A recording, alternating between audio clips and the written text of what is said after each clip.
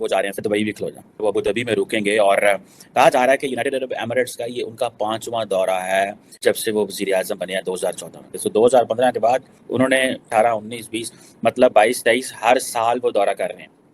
It means there is something special going on between both the countries. ये जो prime minister Modi का visit है, ये दैट्स वेरी इंटरेस्टिंग।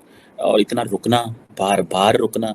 और मुझे याद है 19 में जब गए थे मोदी साहब, तो उनको एमबीजेड खुद लेने आए थे, मतलब खुद उनको एयरपोर्ट से रिसीव किया था। सो ये एक बहुत बड़ी ऑनर थी for the prime minister Modi. But any how, ये अभी ये जो प्राइम मिनिस्टर मोदी का ये जो विजिट है, दिस इज समथिंग इम्पोर्टेंट।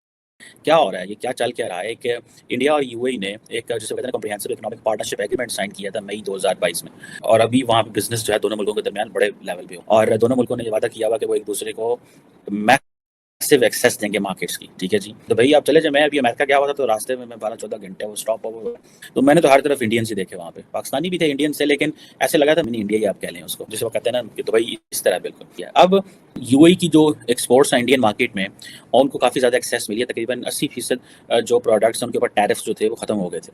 और दोनों मुल्कों ने ये वादा किया हुआ है कि वो नॉन डिस्क्रिमिनेटरी एनवायरनमेंट करेंगे for the cross border trade. अब जो चीज़ें हमें करनी चाहिए थी, जो पाकिस्तान को करनी चाहिए थी इंडिया के साथ, वो यूएई कर रहा है। बिकॉज यूएई को पता लग गया ना कि ये कितना अहम मुल्क है।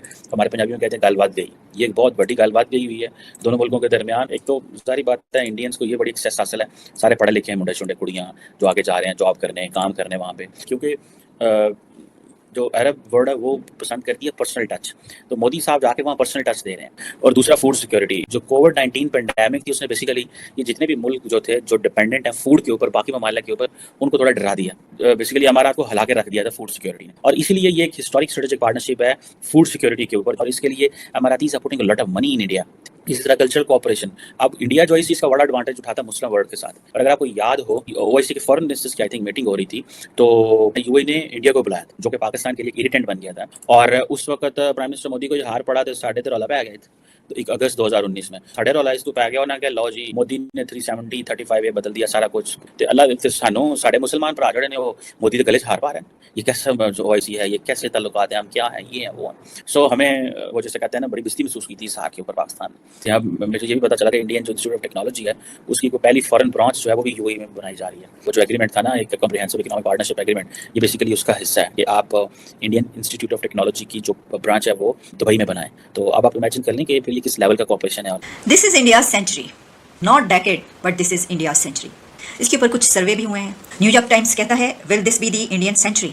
World's largest democracy is now simply the world's largest everything. ये एक बड़ी खबर मीडिया से छूट गई कि वर्ल्ड की 5वीं नंबर की सबसे बड़ी कंपनी गोल्डमैन सैक्स, जो कि सेकंड लार्जेस्ट इन्वेस्टमेंट बैंक है वर्ल्ड का, उसने ये बोला है कि इंडिया 2075 तक सेकंड लार्जेस्ट इकोनॉमी होगा वर्ल्ड की, यानी कि अमेरिका को पीछे कर देगा। लेकिन एक ऐसी कंपनी जो कि हर बार इंडिया को कम आंकती है, अगर वो ये बोल रही है कि अगले 50 साल में इंडिया सेकंड लार्जेस्ट इकोनॉमी होगा, तो क्रेडिट देता हूं उसका।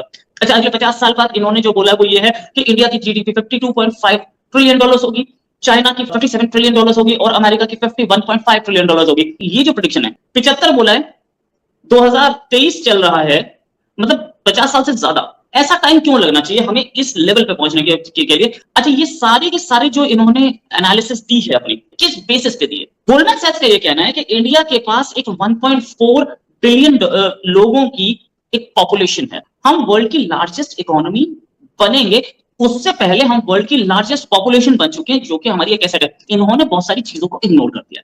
पहली चीज, इंडिया लार्जेस्ट पॉपुलेशन तो है, बाकी पॉपुलेशन की क्या पोजीशन है?